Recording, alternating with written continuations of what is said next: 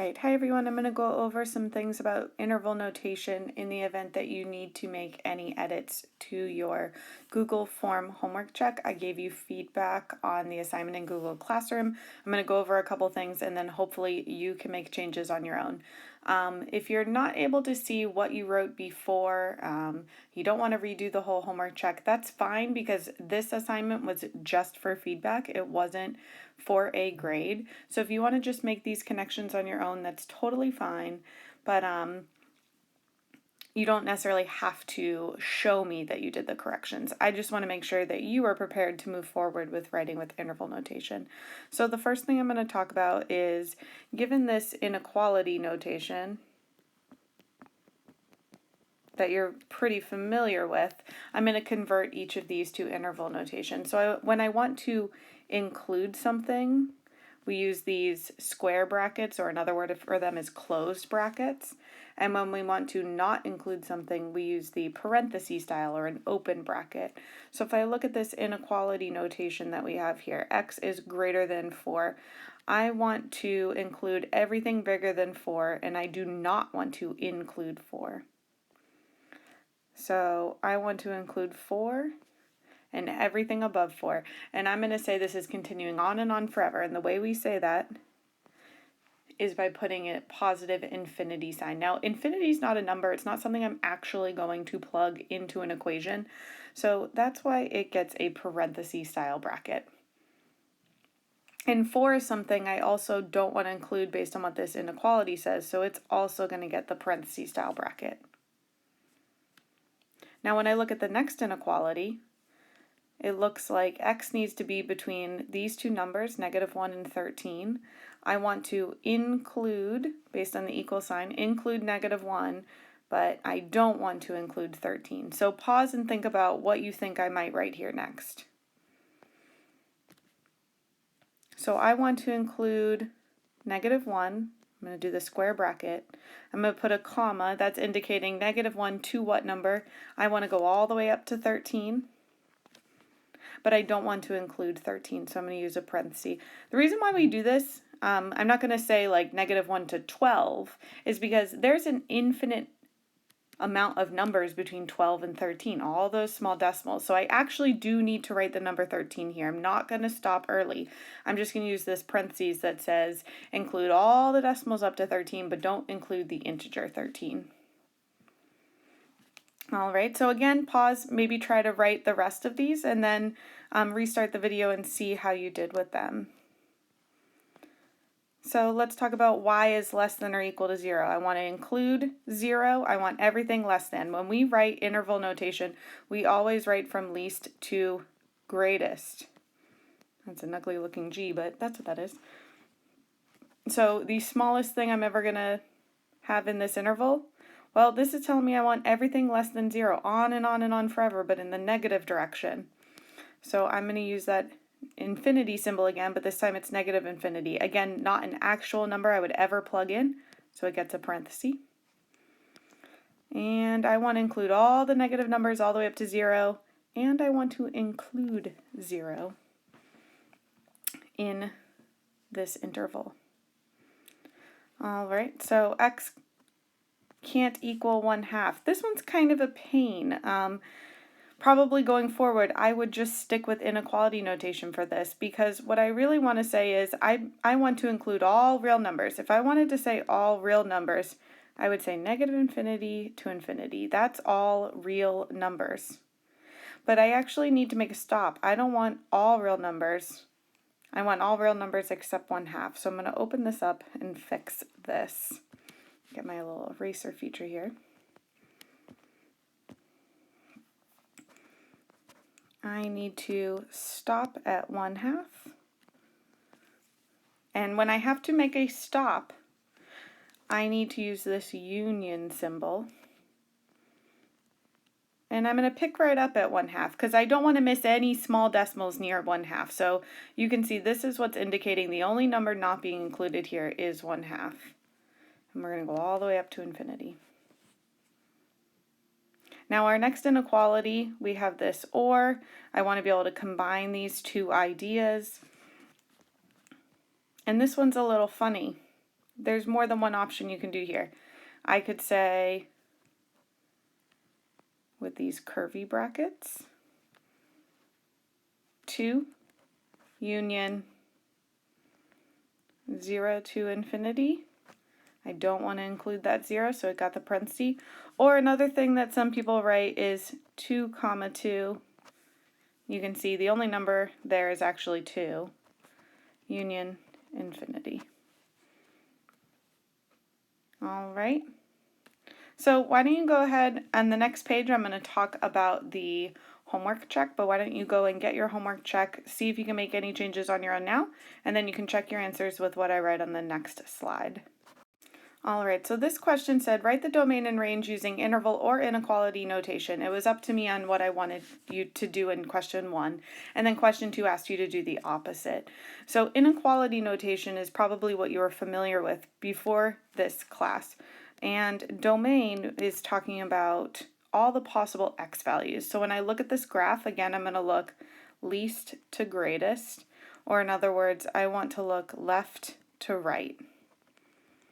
All right, so if I start with the leftmost point on this graph, I'm seeing this point right here, which looks to be -8. And it's filled in, so I want to include it. I'm including everything between -8 to -5 because I'm reading left to right. We don't want -5. And it looks like I'm including everything up to -1, including -1. And then there's this gap here. So let's first just write what we want x to do right here. And I'm actually going to write in the interval notation right away because I think it's easier when there's a lot of issues in the domain to use that interval notation. So it seems like the smallest number we have here is -8, and it's going to get a bracket, closed bracket, because it was included.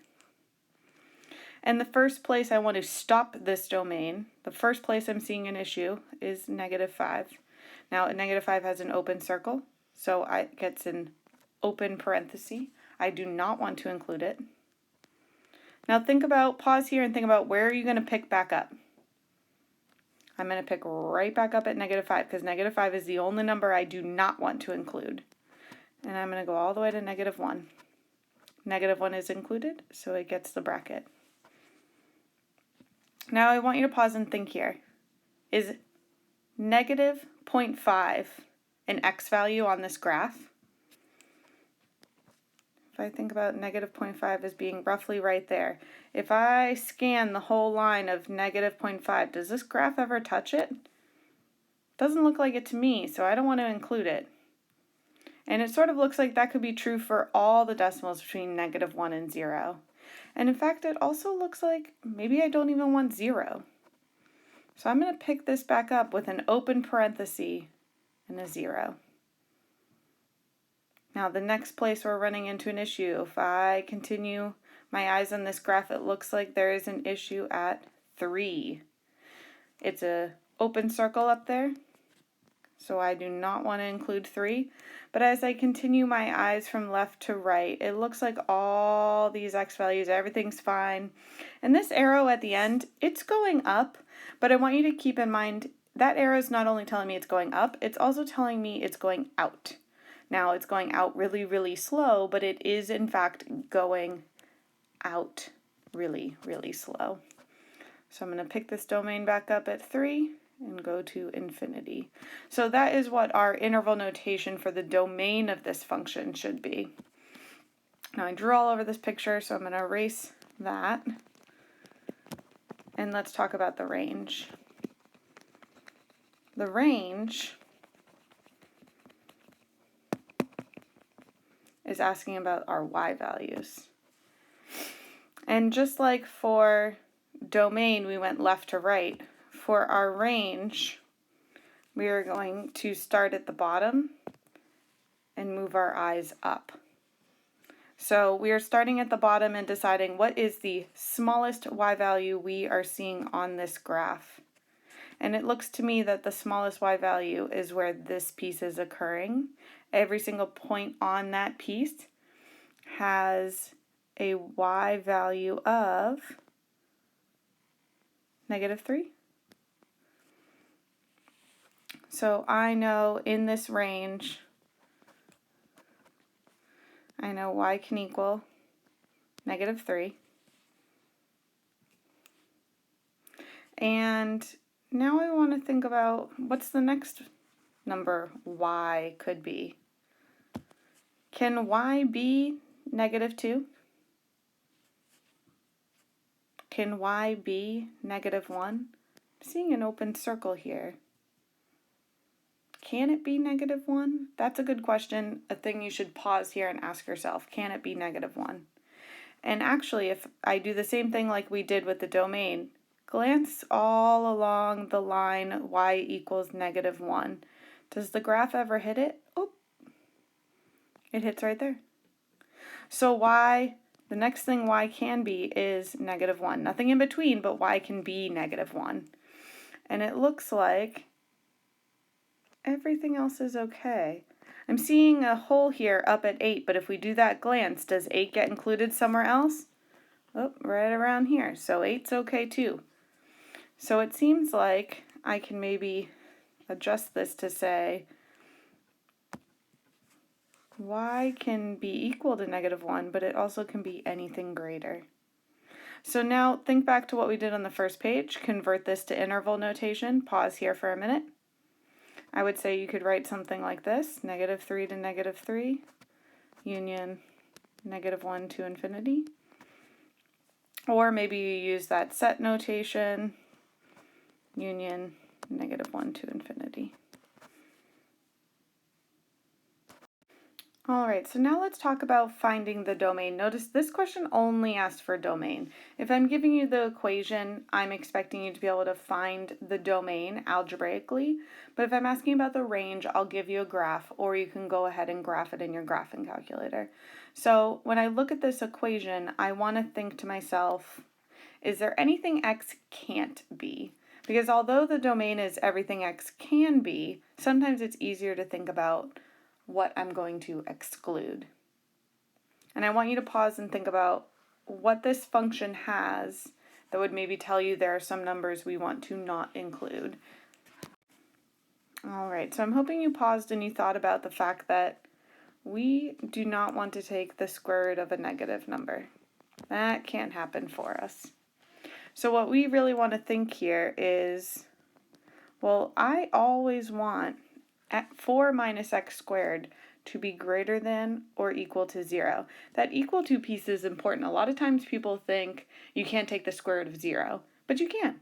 0 times 0 equals 0. All right, so that means the square root of 0 is 0.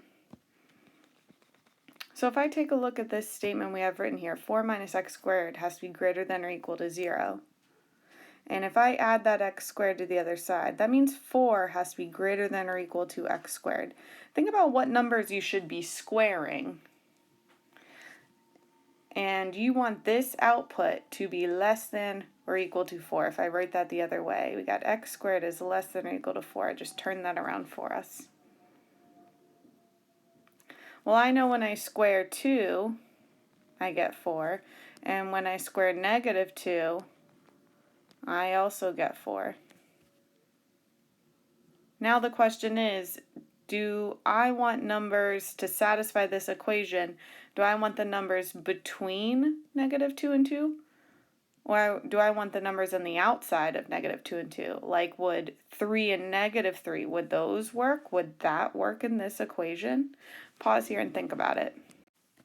So what I'm hoping you paused here and thought about is x squared, that number's got to be smaller than 4 to make sure this isn't going negative underneath the square root. So I really want x to be between -2 and 2.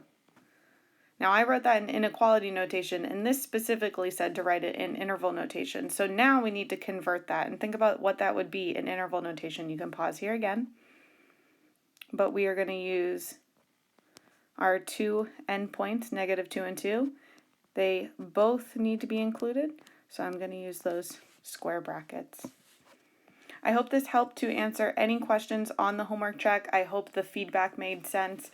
I know you might have trouble being able to see what you answered in that homework check. So as long as you went through this video, you're feeling comfortable with domain and range, and you don't have any other questions, I think you'll be all set. So email me if you do have any other questions on this topic. I will see you guys next class.